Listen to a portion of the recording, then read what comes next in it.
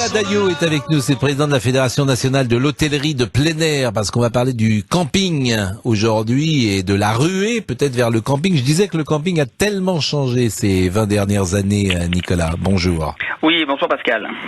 C'est vrai qu'il a changé, il est devenu souvent très chic le camping.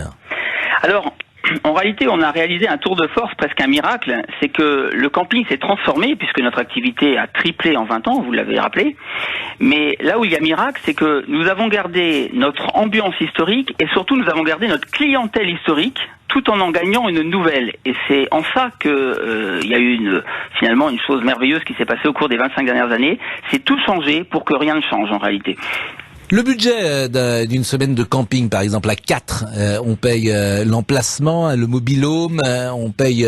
qu'est-ce qu'on paye encore ? En réalité, c'est une offre toute comprise, hein, sauf la restauration, puisqu'on n'est pas en demi-pension dans les campings. On fait sa cuisine soi-même dans son mobil-home, dans son chalet ou dans sa tente ou sa caravane. Alors les prix sont très variables.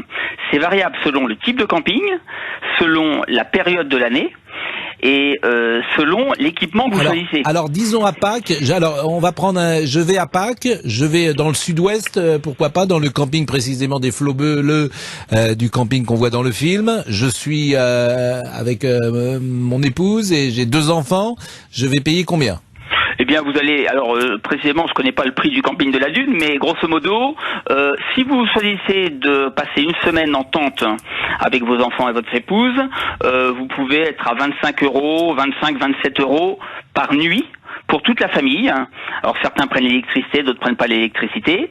Si vous êtes en mobil-home ou en chalet, vous allez selon le niveau de gamme, parce qu'il y a évidemment des différences très importantes d'un type d'hébergement à l'autre. Si vous prenez un modèle avec jacuzzi sur la terrasse ou si vous prenez un modèle plus simple ou avec 2 salles de bain, ce ne sera pas la même chose. Entre 200 et 300, 350 € la semaine.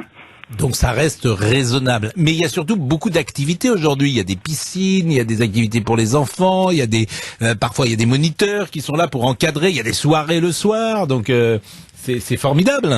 Tout à fait. En réalité, la chance du camping, la force du camping, c'est d'avoir déjà souvent un très bel emplacement géographique dans la nature. Et on sait à quel point, évidemment, l'espace naturel est recherché aujourd'hui par toutes les clientèles.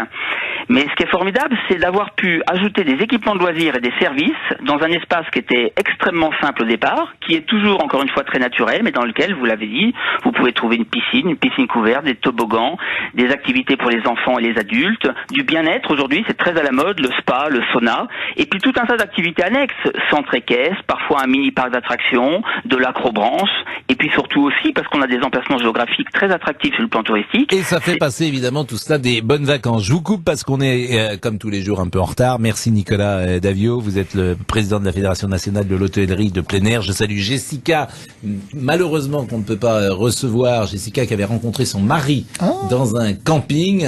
C'est dire si on peut faire de belles rencontres. 14h24, le débrief.